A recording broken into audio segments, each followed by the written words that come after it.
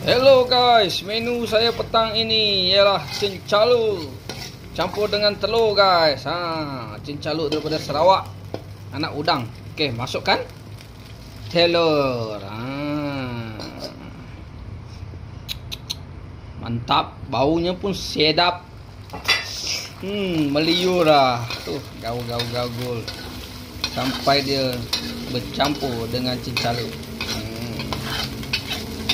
Cincaluk goreng dengan telur.